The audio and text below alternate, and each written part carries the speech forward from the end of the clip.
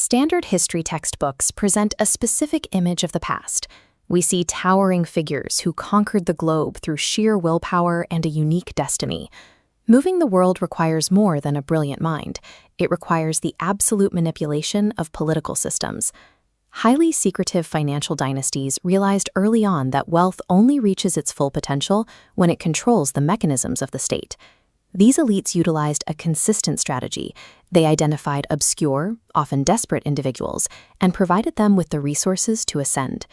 These figures served as Trojan Horses, agents positioned within political establishments to execute the specific agendas of their financial handlers.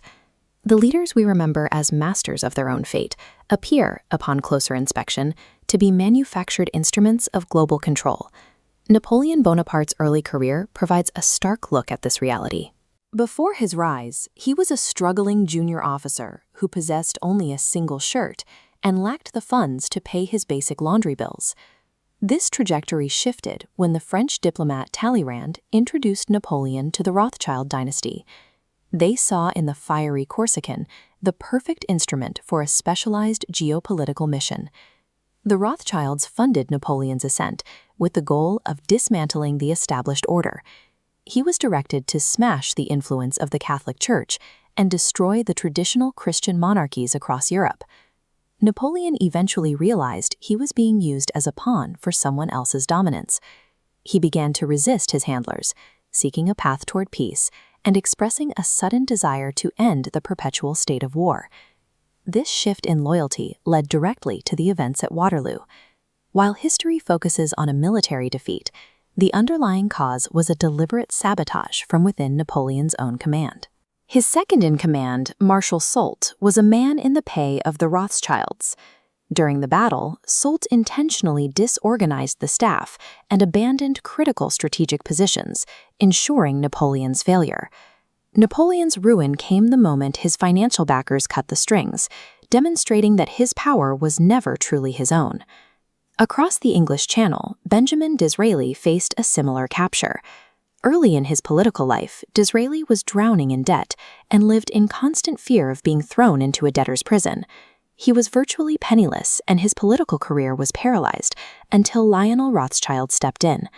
Lionel paid off Disraeli's massive debts, effectively transforming the young politician into his own personal political valet. Once positioned within the English establishment, Disraeli acted as a master spy. He utilized his high office to funnel sensitive state intelligence directly to his mentor, allowing private interests to preempt government actions. This pipeline was proven when Disraeli learned the Khedive of Egypt intended to sell his shares in the Suez Canal. Disraeli bypassed traditional channels to get this secret to Lionel Rothschild first. This early warning allowed the Rothschilds to float a massive government loan, securing a tremendously lucrative deal for their banking dynasty and cementing their control over a vital global trade route. These maneuvers turned sovereign legislation into a tool for private corporate acquisition, dictating the fate of nations through balance sheets rather than ballots. Disraeli confirmed the existence of this power structure in his own writing. In his political novel, Coningsby, he described the true nature of global governance. He created the character Sidonia, based on Lionel Rothschild, and explicitly stated that the world is governed by very different personages than what is imagined by those who are not behind the scenes. According to Disraeli, monarchs and ministers were guided by the suggestions of this hidden elite.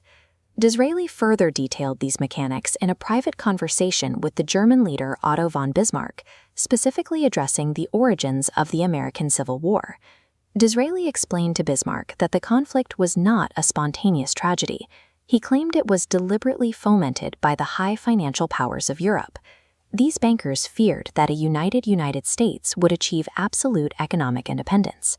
By splitting the nation, they intended to create two separate entities, both of which would be forced to borrow heavily from European financiers to sustain their war efforts. This strategy of engineered division turned a rising superpower into two indebted nations. The war served as a mechanism to ensure that American economic growth remained tethered to the interests of the European financial elite. The major wars and shifting borders of the last 2 centuries align with the calculated moves of this unseen global elite.